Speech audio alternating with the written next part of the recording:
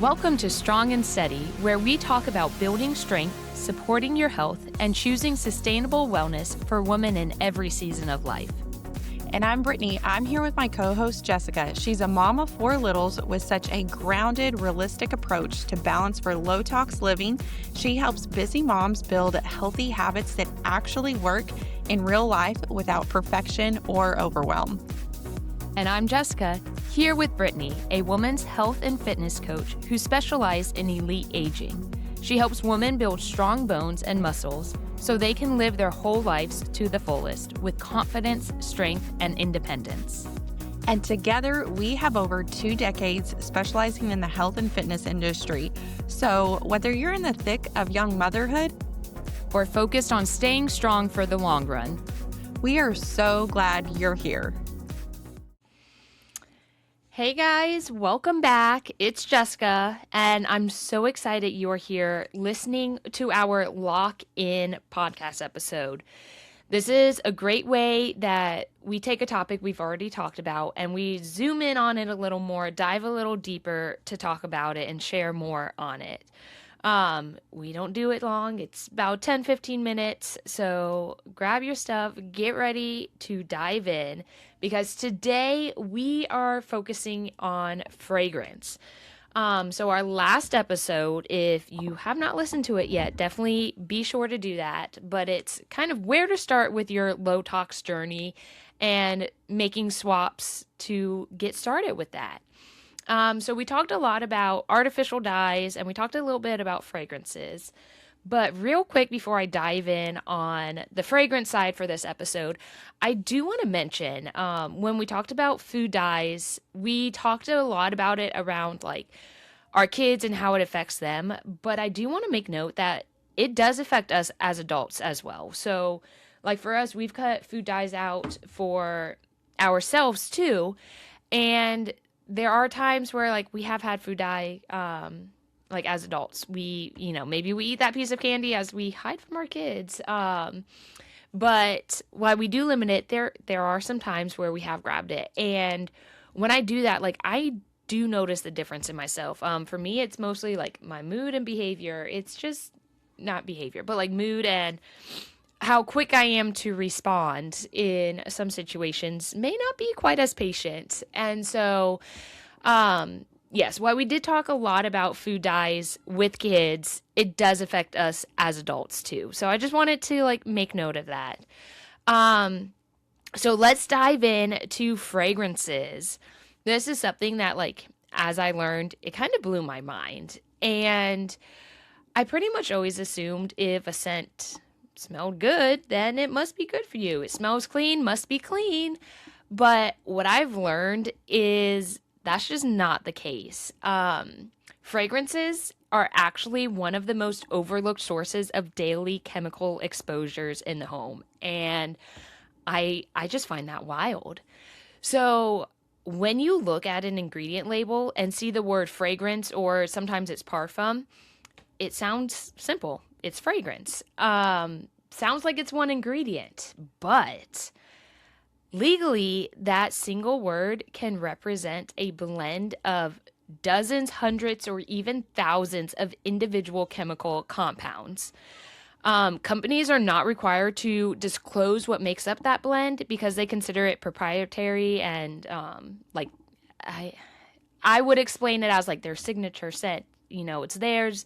They want to kind of just not tell what's in it because they don't want people copying it. That's how I view it. But so when you see fragrance, you don't always know the scent, if it's like natural and from essential oils, if it's synthetic, or like a mix of both of those. And so that part, like really just kind of learning all that made me pause, made me go, wait, what?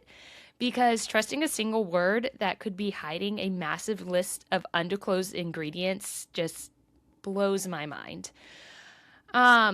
Fragrances, like we find them everywhere. It's not just like fragrance perfume. Why we do find them there, they are all over our house. Laundry detergent, dryer sheets, fabric softeners, candles, plug-ins, air sprays, like even some of the cleaning sprays and other, cleaning products, shampoos, conditioners, body wash, lotions, deodorant, hand soaps, car air fresheners as well. Just we are surrounded by so much fragrance, and we're layering these exposures all day long.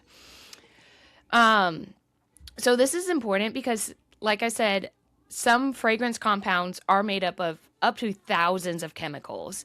And some fragrances have been linked to hormone disruptions, like those mixes and chemicals of them have been linked to hormone disruptions. They can trigger headaches, migraines, skin irritation, respiratory symptoms for some people as well. And kids are especially sensitive because their detox systems are still developing and their bodies are so small. So we see the effect in kids, but we can also see and feel the effect in us as well. Something really interesting I found out, and I didn't even hear this. I think it was just a couple months ago, so I was already kind of farther into this journey. But I learned that in certain medical settings, fragrance is intentionally limited. So, like many fertility clinics ask patients going through like IVF not to wear perfume or fragrance products during procedures.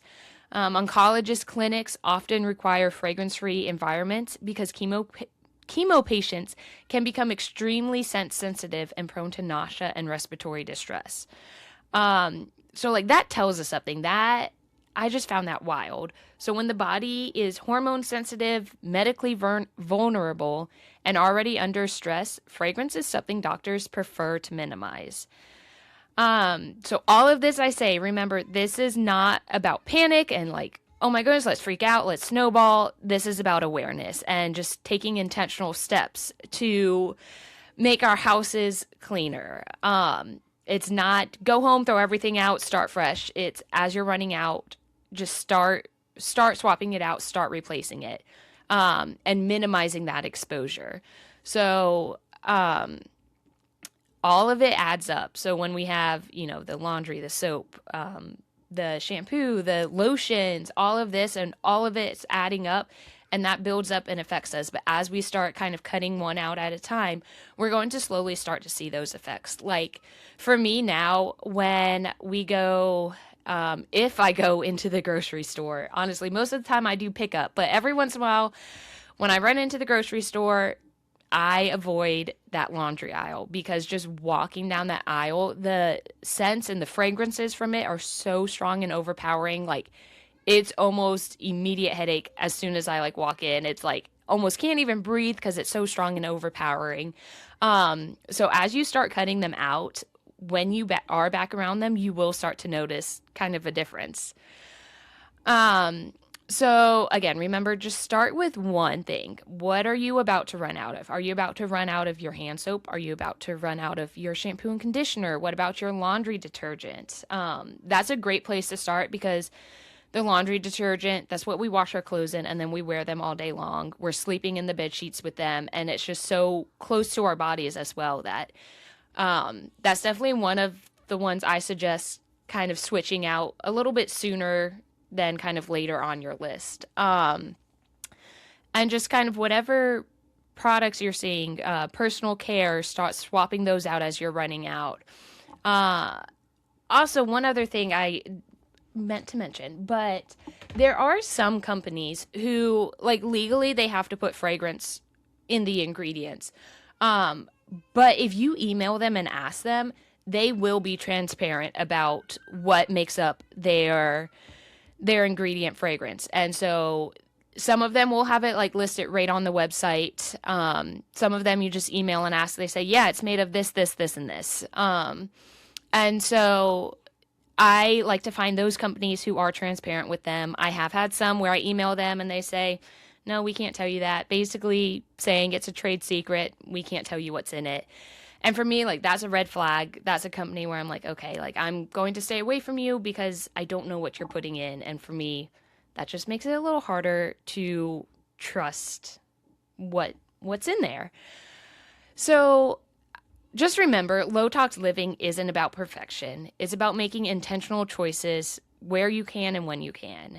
If you're working to support our guts, our hormones, our energy internally, it makes sense to reduce unnecessary stressors externally too. So if you're not sure where to start, check our show notes. I will put our top first five swaps suggestions to make. I'll have a couple links in there as well. Also follow us on Instagram. We talk more about it on there. And you can always message us and, send us your questions. We are more than happy to help. But good luck as you are starting or continuing on this journey, and we will see you next time. Thanks so much for hanging out with us today. If this episode resonated with you, we'd love for you to come hang out with us over on Instagram. You can find us at The Strong and Steady. And if you enjoyed today's conversation, be sure to subscribe and share this episode with a friend. We'll see you next time on Strong and Steady.